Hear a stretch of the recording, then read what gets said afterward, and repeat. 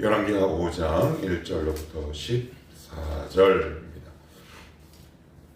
열왕기하 5장 1절에서 14절입니다. 우리 한 절씩 교독하면서 보도록 하겠습니다.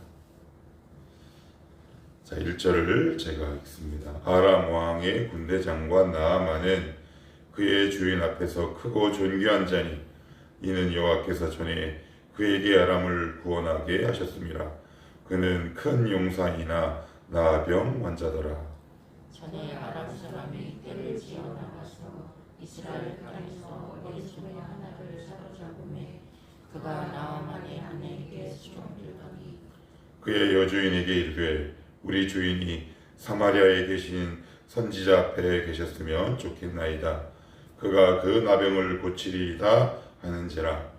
나아만이 가서 그의 주인에게 이르되 이스라엘 땅에서 온 소녀의 말이 이러이러하더이다 하니 아람 왕이 이르되 갈지어다.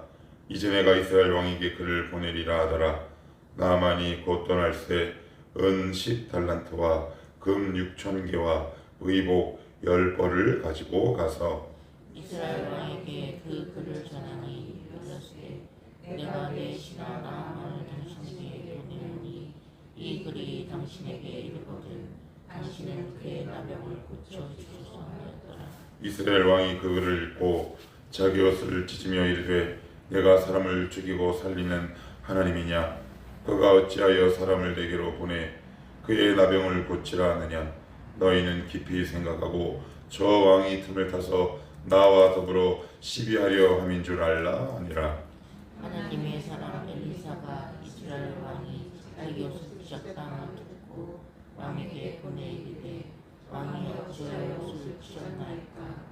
그 사람을 내게로 오게 하소서. 그가 이스라엘 중에 선지자가 있는 줄 알리라 하니라. 나아만이 이에 말들과 병거들을 거느리고 이르러 엘리사의 집문에 서니 엘리사가 사자를 그에게 보내 이르되 너는 가서 너는 땅에 몸을 7번 씻으라. 내 살이 회복되어 깨끗하리라 하는지라. 나아만이 노하여 물러가며 이르되 내 생각에는 그가 내게로 나와 서서 그의 하나님 여호와의 이름을 부르고 그의 손을 그 부위 위에 흔들어 나병을 고칠까 하였도다. 다메섹과 아바나와 바르바는 이스라엘 모든 강물보다 낫지 아니하냐. 내가 거기서 몸을 씻으면 깨끗하게 되지 아니하냐 하고 몸을 돌려 분노하여 떠나니 그의 종들이 나와서 말하여 이르되 내 아버지여 선지자가 당신에게 큰 일을 행하라 말하였다면 행하지 아니하였으리까? 하물며 당신에게 이르기를 씻어 깨끗하게 하라 함이리까 하니 같이 볼게요. 나아만이 이에 내려가서 하나님의 사람의 말대로 요단강에 7번 몸을 잠그니 그의 살이 어린아이의 살같이 회복되어 깨끗하게 되었더라. 아멘. 예, 오늘 우리가 잘 알고 있는 나아만 장군의 이야기입니다. 나아만 장군을 성경은 이렇게 소개를 하죠. 우리가 누군가를 중개하거나 소개할 때 이 사람은 이런 사람입니다. 성경은 나아만 장군을 이렇게 소개합니다. 딱 두 가지로 설명을 합니다. 1절 보시면 크고 존귀하다. 그리고 큰 용사다. 그죠? 크고 존귀하고 용사. 그래서 까돌이란 말입니다. 다 보기에 좋은 거랍니다. 아름다운 사람이었답니다. 많은 사람이 부러워할 만한 자였답니다. 그런데 나병 환자였답니다. 뭘 의미하는 걸까요? 인간은 대통령이든 그 사람이 아무리 돈이 많든 하나님이 보시기에는 구원받아야 할 죄인에 불과하다라는 의미입니다. 우리가 조금 더 이 본문을 깊이 묵상해 보면 우리가 원하는 게 그거거든요. 우리는 큰 용사가 되고 싶거든요. 어제도 저녁에 제자훈련 끝나고 말씀을 준비하려고 하는데 전에 있던 교회 권사님이 갑자기 전화가 와서 인사를 좀 드리고 싶다고 왔어요. 8시쯤에 부부랑 같이 이런저런 얘기를 하다가 그런 얘기를 하더라고요. 목사님 참 우리 인생 우리 새끼 내 뜻대로 안 돼요. 참 안 돼요. 저도 그렇고 우리 세 명이서 나눈 대화의 핵심 골자는 뭐냐면, 나는 참 크고 존귀하고 싶었는데 잘 안 되더라. 우리는 사람들 앞에 크게 보이길 원했는데 하나님 나를 참 작게 만드셨더라. 그 얘기가 핵심이에요. 그것이 골자예요. 우리의 본능은 이래요. 그런데 하나님은 우리 향해 이렇게 말씀합니다. 너희들 그렇게 크고 존귀한 자가 되고 싶냐? 사람들 보기에 그렇게 크고 싶니? 꼭 기억해야 할 것이 있는데, 너희들은 내 앞에서 존귀해야 한다. 사람들이 보기에 저 사람 출세, 정말 조심하셔야 합니다. 조심하셔야 돼요. 말씀 앞에 나를 조명해내지 않으면 우리는 세간의 평가에 이끌려 어느덧 연기처럼 사라져버립니다. 그렇게 해서 사라져버린 목회자들이 얼마나 많이 있는 줄 아십니까? 제가 아는 사람만 해도 수도 없이 많습니다. 청소년 사역을 하네, 청년부 사역을 하네. 그래서 어느 순간 지위와 수많은 사람의 존경의 위치와 반열에 올랐지만, 사람의 평가에 치우친 나머지 하나님이 나를 어떻게 평가하고 보고 계시는지 그 일을 게을리한 결과 그 사람들의 관심에서도 사그라져 버린 수많은 사람들을 오늘 보게 됩니다. 여러분들, 하나님이 나를 어떻게 보고 있는지 날마다 확인하며 살아가십시오. 그것이 여러분들을 든든하게 세워갑니다. 이 한 절이 주는 교훈이 이렇게 큽니다. 크고 존귀합니다. 용사지만 그 다음 이렇게 얘기합니다. 1절 맨 끝에 큰 용사 나, 요 말이 중요합니다. 큰 용사 나, 사람들 보기에 큰 용사이지만, 그 나라 왕도 인정하는 큰 용사이지만 하나님 보시기에는 나병 환자입니다. 구원받아야 하고 치유받아야 할 환자랍니다. 어떤 일이 발생했느냐? 전에 아람 사람이 떼를 지어 나가서 이스라엘 땅에서 어린 소녀 하나를 사로잡음에 이제 구원의 역사가 시작됩니다. 그래서 제가 예전에 이런 말씀을 드렸습니다. 우연 속에 담긴 하나님의 필연과 역사.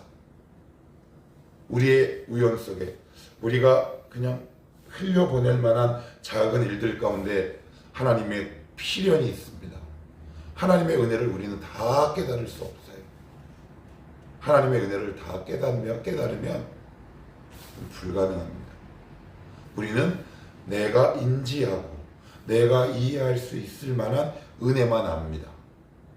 그렇다면 은혜란 뭘까요? 은혜를 감지하는 보폭과 깊이와 넓이가 넓어지는 거겠죠. 하나님의 은혜는 동일합니다. 우연 속에 담긴 하나님의 필연과 역사가 오늘 있는 거라면, 진짜 은혜는 하나님의 은혜를 알아보는 눈이 넓어지는 거겠죠. 이것도 하나님의 은혜였구나. 전에는 이것이 은혜가 아니었어요. 쉬운 예로 이겁니다. 내가 먹고 자고 눕고 일어서고 직장 다니고 결혼 생활하고 자녀가 있는 것이 그냥 당연한 건 줄 알았는데, 은혜를 받고 보면 이것이 당연한 게 아니었구나. 그래서 감사의 제목과 기쁨의 일들이 점점 늘어나는 겁니다. 그 동일한 생활 속에서 이것이 진짜 은혜더라고요. 이것이 정말 우리를 기쁘게 하고 깊게 해요. 이것이 은혜였네. 이것이 나에게 큰 하나님의 선물이었구나. 여러분, 은혜 받아보시면 아시겠지만 환경이 변합니까? 환경은 그대로입니다. 근데 뭐가 변했나요? 내 눈이 변하지. 내 마음이 변합니다. 또 뭐가 변하나요? 감사의 제목이 변하는 거죠. 그런데 또 참 역설적인 게 뭐냐면, 그 위에 하나님이 또 다른 복을 또 부으신다는 사실이에요. 이게 중요해요. 여러분들의 감사의 보폭이 넓어지기를 축복합니다.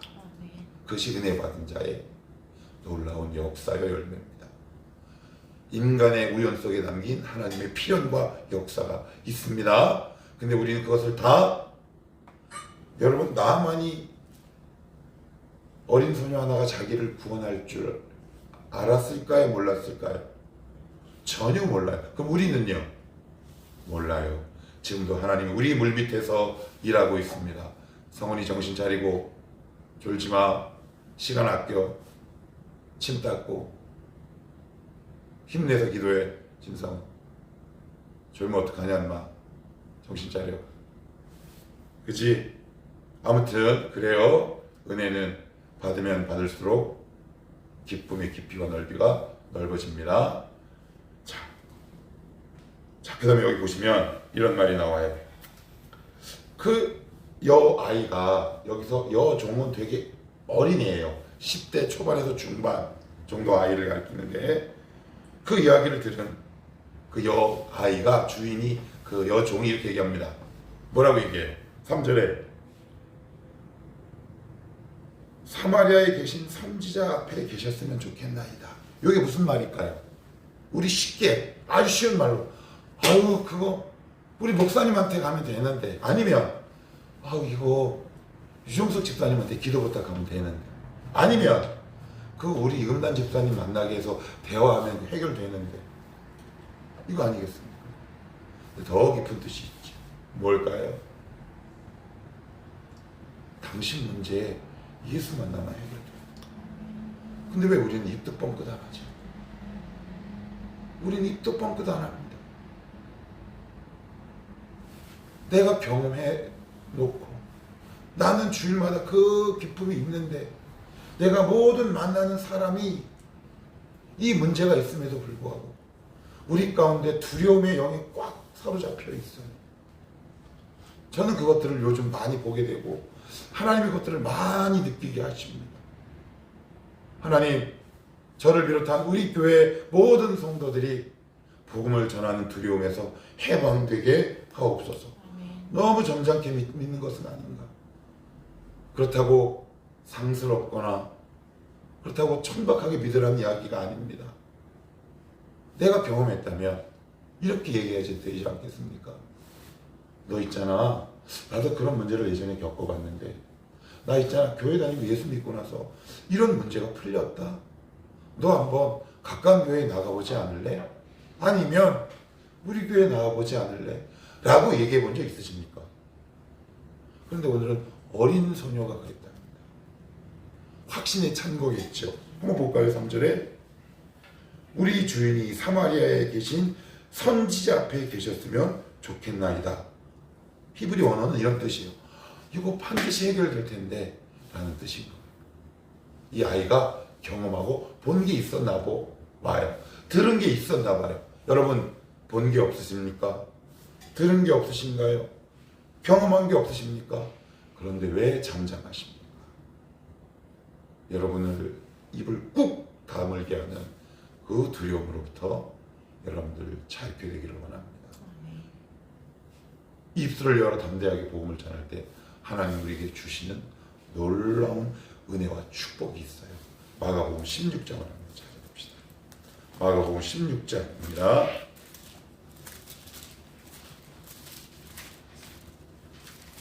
마가복음 16장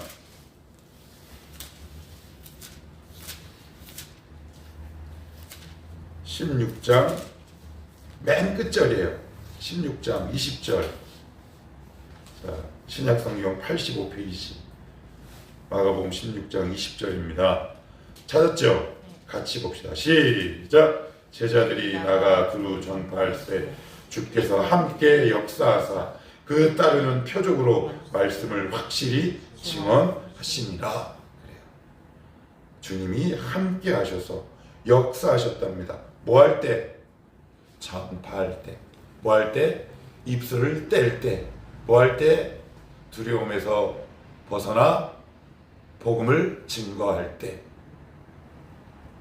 여러분, 두려워하지 마십시오. 이런 두려움이 있어요. 왜 안 믿으면 어떡해? 여러분이 하나님이십니까? 여러분이 믿게 할 능력이 있나요? 우리의 책임과 우리의 임무는 전하는 것까지입니다. 그 책임은 누가 지십니까? 하나님이 지십니다. 그러니 두려움으로부터 자유하십시오. 어린 소녀도 전했습니다. 이 전도가 누구를 고칩니까? 나만을 고칩니다. 한 명을 살립니다. 그래서 어찌어찌해서 얘기가 귀에 들어가요. 그리고 나서는 나만이 어떻게 해요? 지푸라기도 잡아야지. 안 그래요? 그랬더니 그 아람 왕이 나만을 보냅니다. 근데 충성스러운 신하잖아요. 온갖 선물을 말관에게 잔뜩 싣고 북이스라엘, 그 당시 왕이 누구였냐면 어제 우리가 이야기 나눴던 여호람이에요. 많은 학자들이 요 시기를 봐서 여호람이다, 많은 학자들이 이야기를 해요. 그랬더니 역시 여호람은 우리의 기대를 저버리지 않습니다. 7절, 이스라엘 왕이 그 글을 읽고 자기 옷을 찢으며 이르되 내가 사람을 죽이고 살리는 하나님이냐? 그가 어찌하여 사람을 내게로 보내 그의 나병을 고치려 하느냐? 너희는 깊이 생각하고 저 왕이 틈을 타서 나와 더불어 시비하려 함인 줄 알려 하라니라. 늘 피해의식에 절어 있습니다. 분명히 하나님의 구원의 역사였는데 그는 파멸의 역사로 인식하는 거죠. 여러분, 은혜에서 멀어져 보십시오. 우리 가운데 일어나는 모든 일이 여러분에게 두려움으로 다가옵니다. 그래서 늘 말할 때마다 두려움의 말을 내뱉는 영혼들이 있습니다. 너무 안타까운 사람입니다. 내 눈에는 하나님의 역사로 보이는데 이 아이의 눈에는 두려움의 일로 보이기 시작하죠. 속이 뒤집어집니다. 왜요? 믿음이 없기. 왜요? 은혜가 없기 때문에. 왜요? 말씀이 없기 때문에.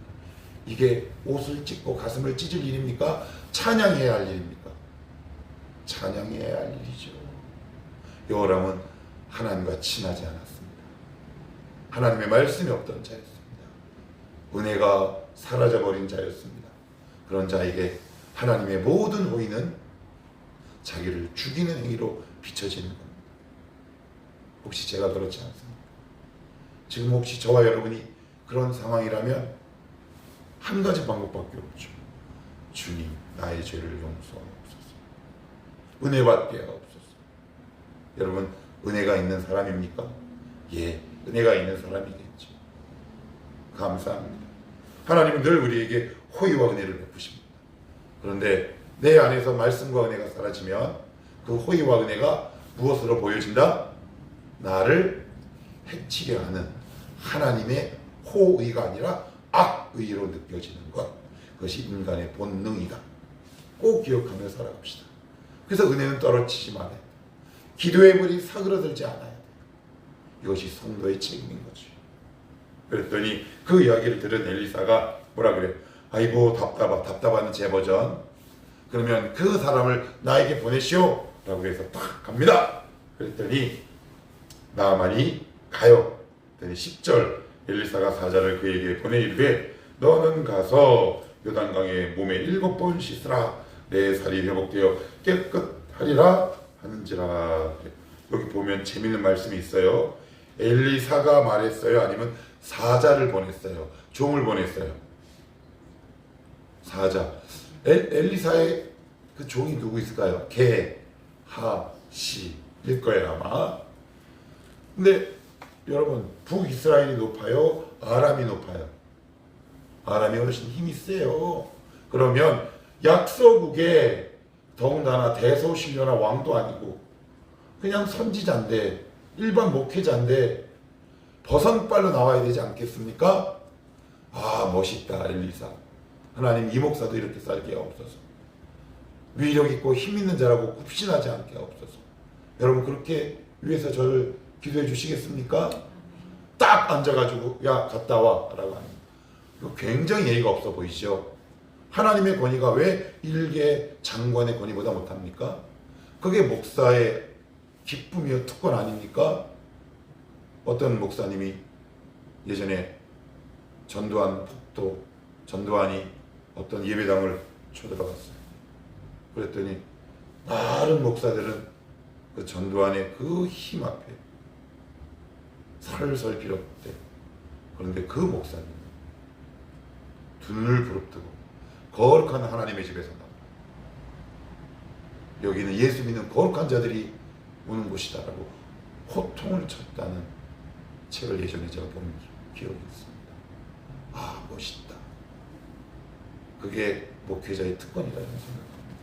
그 누구도 범할 수 없는 하나님이 맡겨주신 양들을 섬기고 사랑하는 그 목회자의 특권.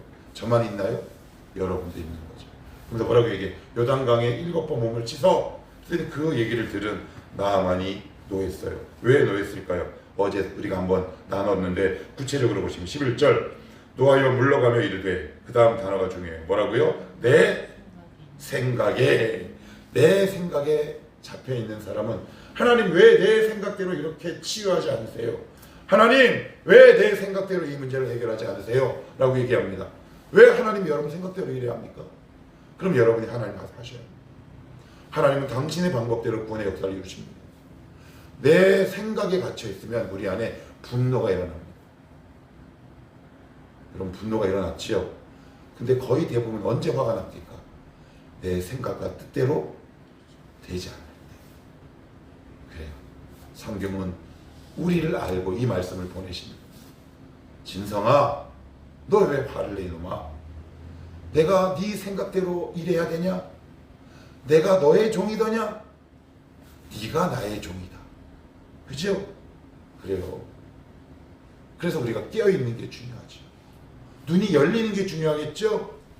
예, 하나님의 역사를 보는 눈이 열리게 하옵소서. 그것이 성도의 기도의 제목 아니겠습니까? 하나님, 기도하면 기도할수록, 은혜를 받으면 받을수록 하나님의 일하시는 법이 내 눈에 보이는 것. 할렐루야. 이것이 성도의 특권 아니겠냐. 이 하나님의 일하시는 법이 여러분 눈에 보일 수 있기를 축복합니다. 또 이렇게요. 13절, 12절, 11절도 화가 났죠. 여기서 분노다, 노했다라는 말은 왜 여러분 그런 화 있지요. 그냥 짜증나가 아니라 가끔 가다가 한국적인 표현에 이런 표현을 씁니다. 나 왜 이렇게 화가 머리끝에서 발끝까지, 아니면 저 밑에서 올라오는 화 있죠. 발끝에서부터 머리까지 확 올라오는 거, 그걸 얘기하는 거예요.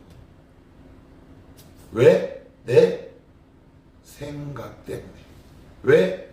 내 뜻대로 안 돼서. 왜?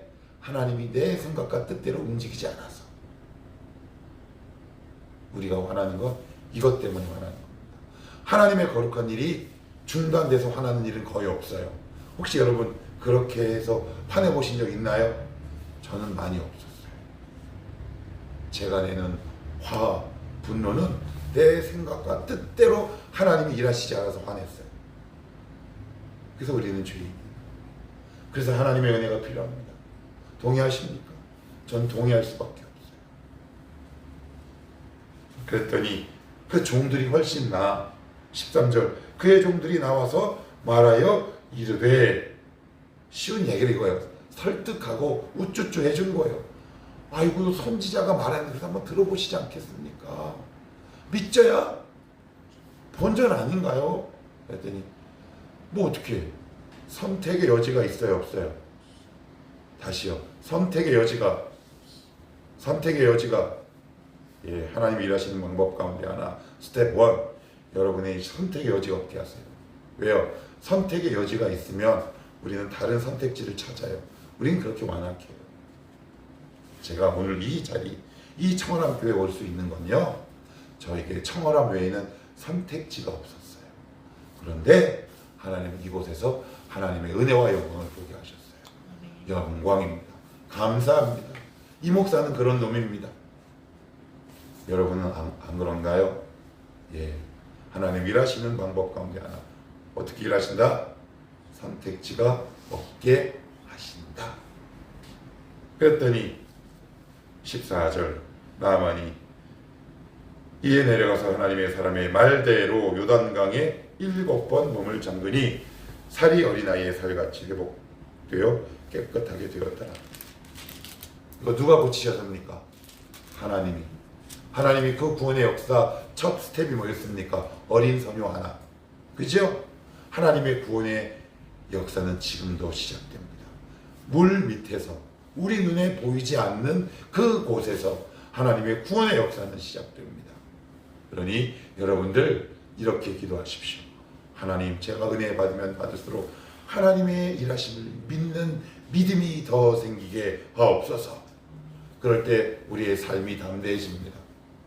하나님, 내 생각과 뜻이 아니라 주의 뜻대로 이루어 주옵소서. 주님 뜻대로 살기로 했네. 주님 뜻대로 살기로 했네. 그죠? 나의 생각이 아니라 하나님의 뜻이 이루어지이다. 그것이 성도의 고백입니다. 오늘도 이 고백을 하며 살아가는 오늘과 이 한 주가 되기를 축복합니다.